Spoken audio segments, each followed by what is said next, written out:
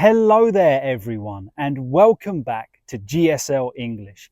In this video I am going to take you for a walk around the English countryside.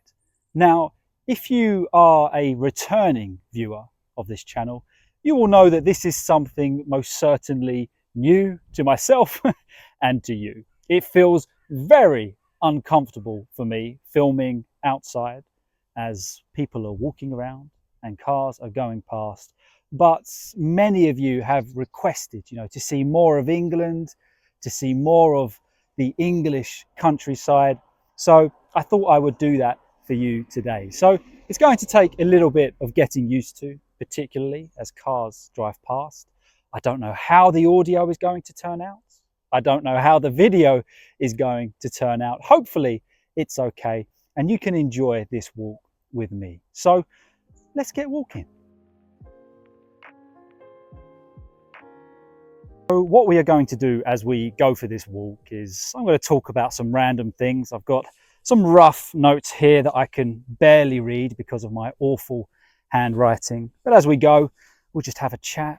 We'll talk about some different things. I really do hope that it's not too shaky for you. I'm actually filming this on my iPhone as we speak. I don't have another camera yet. I'm looking to invest in a much better camera. So if you have any suggestions, please let me know. And I'm also recording from a very different microphone. So I do hope it's okay and the audio comes out well. So you're probably thinking, where on earth are you, Gideon? Where in England are you? Well, I'm in the southeast of England, in a little village called Mepham. Now, just to get an idea of where Mepham is, London is probably about a 30-minute drive away, or you can get there by train in about 20 minutes, 25 minutes. So it's not too far from London. And I mean, I probably on and off have lived here for about 15, 16 years. No, probably longer than that now. My parents moved to Mepham when I was about 15. So yeah, now I'm 34. So, oh my goodness, nearly 20 years. Wow, that was a bit of a reality check.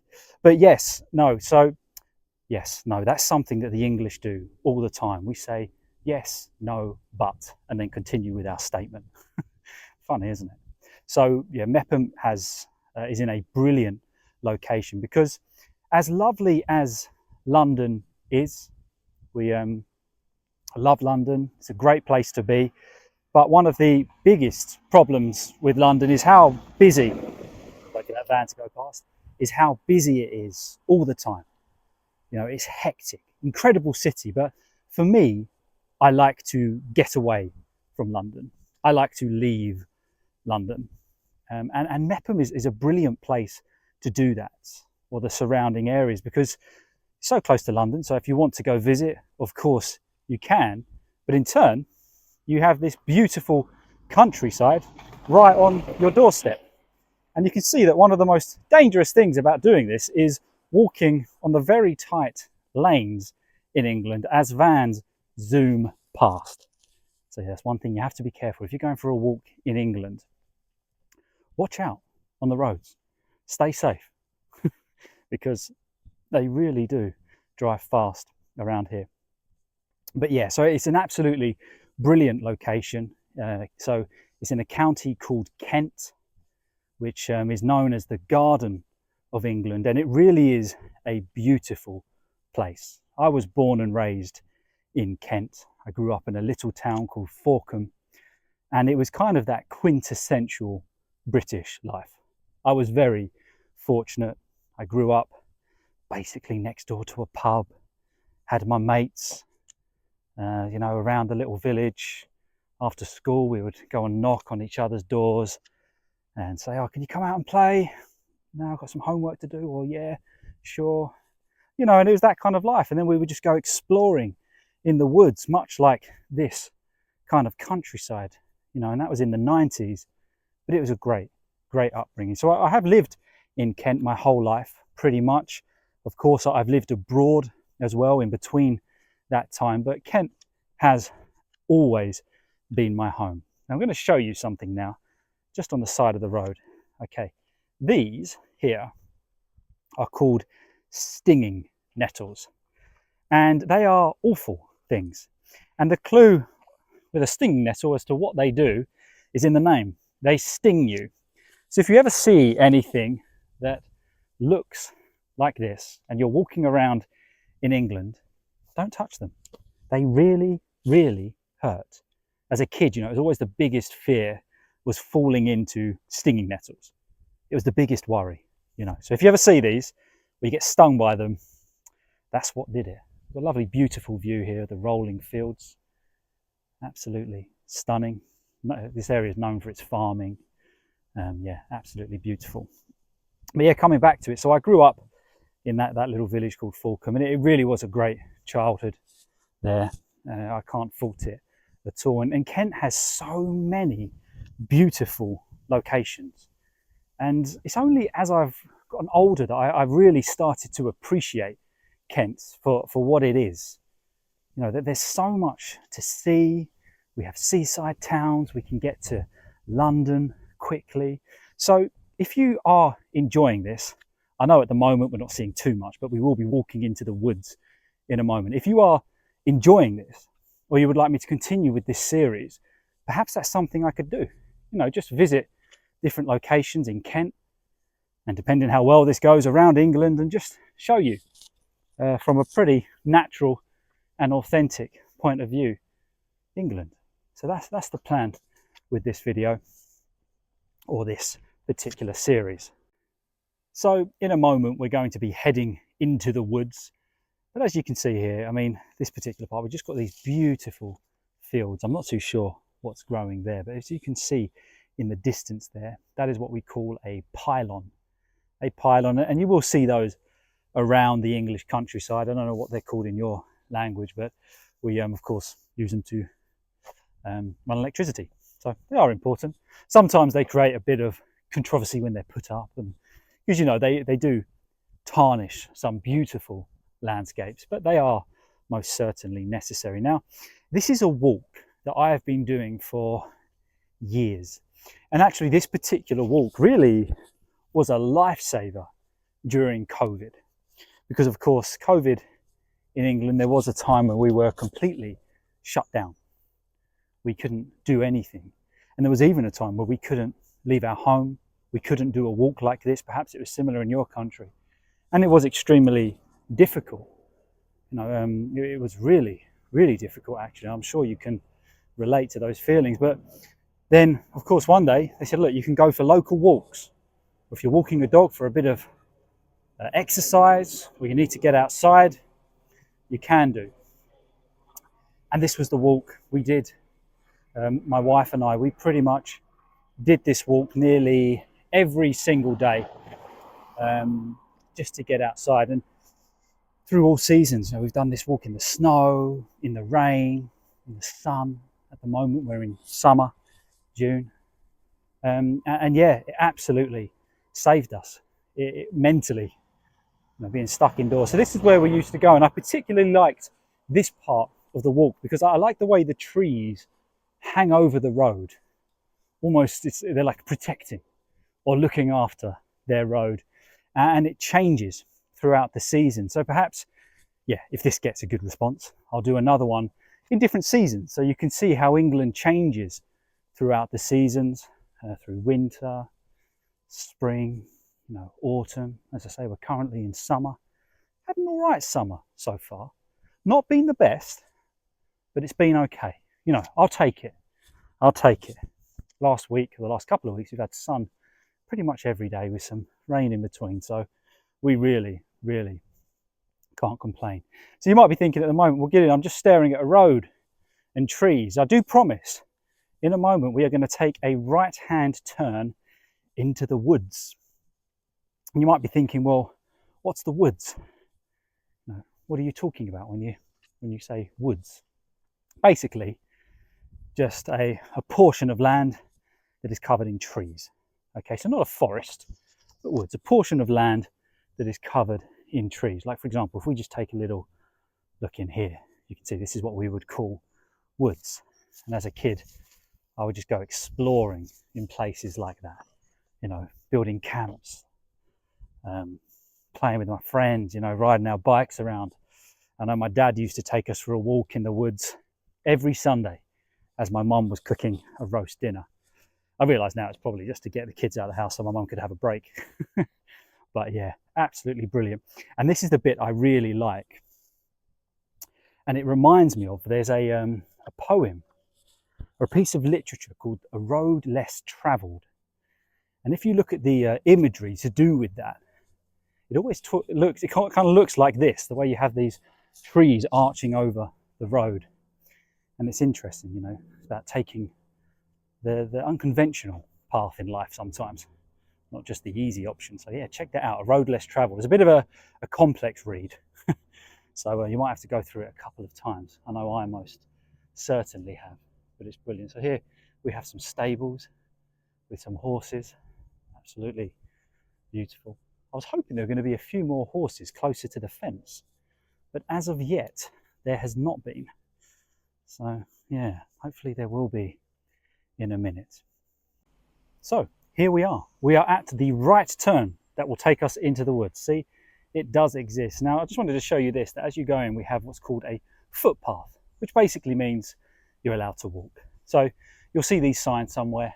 Basically means that there's a footpath that you can go for a walk on under the Kent County Council. So yeah, don't mind if we do. So we're now entering into the woods. You see these signs somewhere: not right to cycle, no right to cycle, no right for horses. So you see these signs and you're on a horse, get off. You're not allowed to take your horse. Funny fact, I actually got in trouble once as a kid for riding my bike in these woods. So yeah, they're not messing about. They're telling the truth. Yeah, I remember someone came out and just started having a go at me for riding my bike in these woods. But fair enough, you know, the sign said, no, don't do it. So yeah, absolutely beautiful woods. I really like this walk. My grandparents actually used to live just over the other side here. So the walk will almost kind of run parallel with their old house. So I've done this walk a fair few times in my life, and there's so many of these walks around England. If you've visited England at any time, anywhere other than London, you will know that there's just miles upon, well, hundreds of miles of beautiful walks like this, and you just have to find them. And I find that every single one is different. You know, every single walk seems to have something else to offer. You know, they're not all the same. And so if you ever visit England, I do highly recommend that you look for your local footpaths. You know, you can find them online, look for some decent walks. And particularly in Kent, we actually have quite a bit of elevation for England. Not a lot, but bearing in mind we're close to London, yeah, we actually have quite a bit of elevation. So it's quite a nice, you know, if you go on some walks, they're going up and down, you get some incredible views over Kent. So yeah, I highly recommend checking out. And generally, most of them have little short, narrow paths like this. You'll come across dogs, walkers, you know, and generally everybody's pretty friendly. I'd say actually most people are going to be friendly on a walk. And generally, when you meet somebody on a walk, you give them a nice all right, and they'll say all right back. And if you know anything about the English language, you'll know that that means basically we keep on walking, but we acknowledge each other's existence. And perhaps in a friendly way, sometimes have a little bit of a conversation going. I'm a sucker for if the person's got a dog. If they've got a dog, then yeah, I'm going to stop them if possible and have a little chat, mostly to communicate with the dog. That's all I'm interested in. So if this happens on this walk, I don't know how that works really, whether I can continue filming. Do I need their permission to film? I don't know. As I say, all of this is new to me. I don't really know what I'm doing, and I am rambling on. So hopefully still enjoying it. But yeah, generally when you meet somebody, I always like to give a, hey, how are you? All right. And then just a little bit of a conversation, but nothing too much, you know, which is kind of part of English culture. We like to politely acknowledge each other's existence, but there's no need, generally speaking, to go further than that, which I know can come across quite strange. I just had a thought, I hope I'm not panting too much. I'm starting to get out of breath. It's quite a warm one today. Yeah, so if you can hear like a deep, heavy breathing in the background, that is most certainly me. So you've got two options here: go left or go right. We're going to go right up here. Yeah, so we did this walk in winter last year and it was so muddy. So at the moment you can see the ground is very compacted, it's dry, but honestly in winter it was caked in mud. So that is one thing I would prepare for. If you are coming to England and you'd like to do some walks, no matter what season you are coming in, just prepare for everything. You know, so if you're coming in summer, don't not bring your boots. Still bring your boots, because you can just have one heavy downpour for a couple of days and then this is just absolutely caked in mud. So yeah, so bring everything, you know, prepare for everything. If you're coming in summer and it says it's not going to rain, don't believe it. Bring your stuff that requires that will allow you to still go out in the rain, because I promise you it will most likely still rain. Yeah, so don't assume or don't believe anything. Now, if you can hear that sound, that is a train. And in a moment, we are going to cross over a train track. Now, this is the line that goes from, I think it goes from Dover to London and London to Dover. So Dover's the last stop. And I've got a funny story about Dover. When I was about 16, 17, I went to meet my friends in London, you know, living life as you do. And I was a bit tired on the way home, so I fell asleep on the train. Now I was supposed to get off at Mepham train station, but I fell asleep and ended up all the way in Dover. Now, if you don't know how far away that is, check it out on a map. So I woke up by the train warden kind of tapping me saying, "All right, got to get off," which is unusual because they don't do that at Mepham. So then I asked, "Where are we?" He goes, "You're in Dover."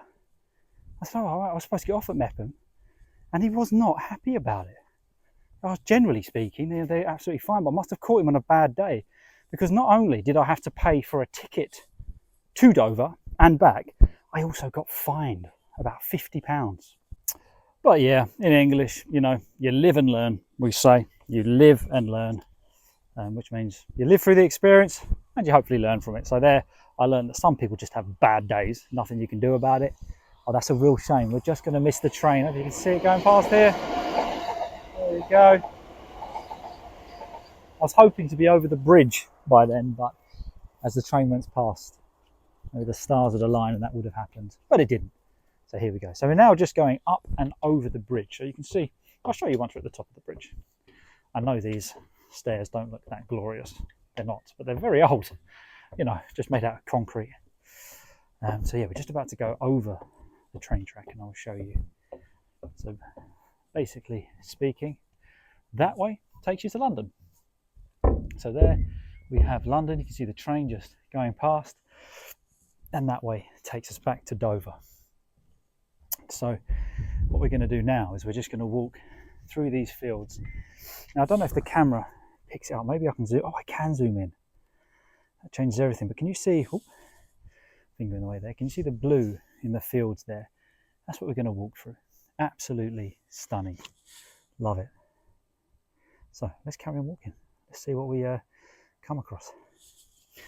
As I say, if you are enjoying this video, if you want more walks around the English countryside or different places in Kent, please do let me know. And it really helps me out when you give the videos a like, subscribe, comment, share. Helps me to keep creating, because I do want to do more of this. I'm absolutely loving this social media journey at the moment. So here we are. We are now in the fields. So this is actually quite overgrown. I've got a feeling that these fields, unfortunately, are not being farmed. To the Jeremy Clarkson series, Clarkson's Farm, you'll know what I'm talking about.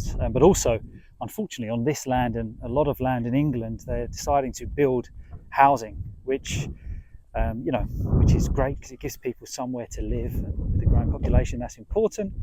But on the other hand, it takes away from beautiful, fields and things like this. So yeah, we'll see what happens, and maybe if it starts changing, I'll record how it changes. Now, an expression I wanted to bring out was sometimes in England we'll say that I'm going out just for a breath of fresh air.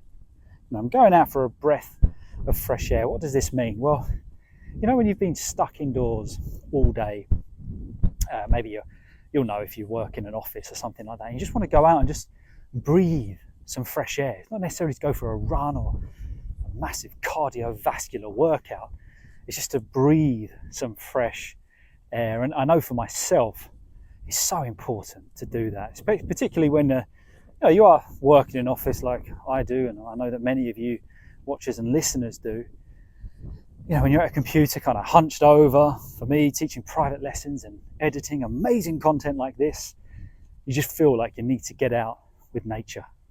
You know, get out and just breathe some fresh air.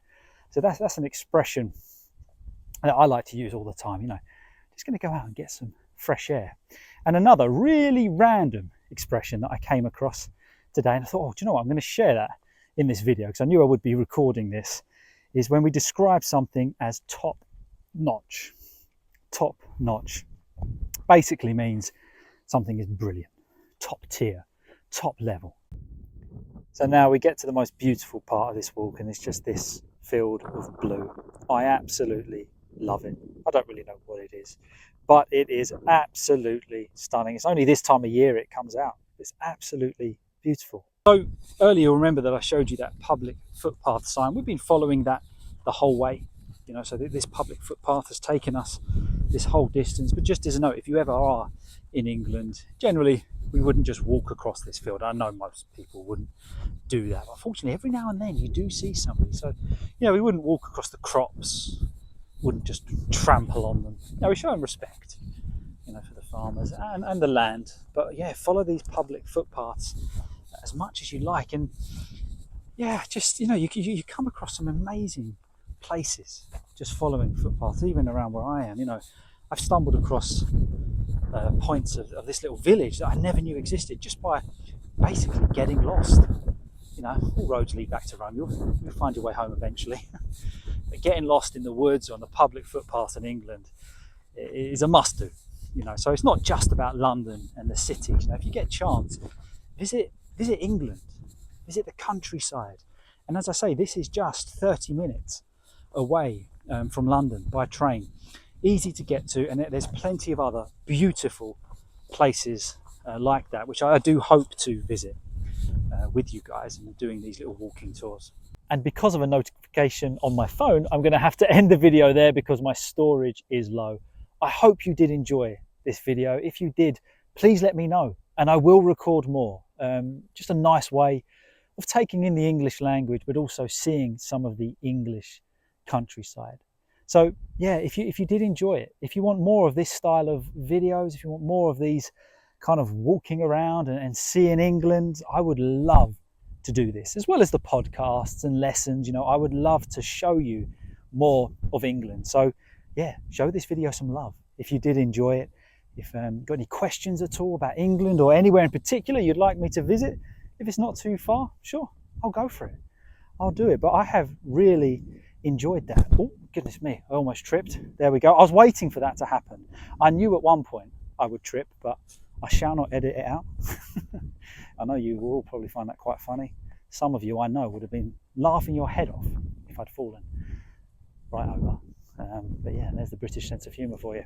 But okay, thank you so much for watching, guys. As I say, I really enjoyed that. I hope you did as well. Remember, the English language, find ways to enjoy learning it. It's not all about sitting down and studying. Oh my goodness, I almost tripped again. Sitting down and studying and making it arduous. No, just enjoy it. And hopefully this video allowed you to do that. Thank you so much for watching, and I will see you all very soon. Have a good one, guys.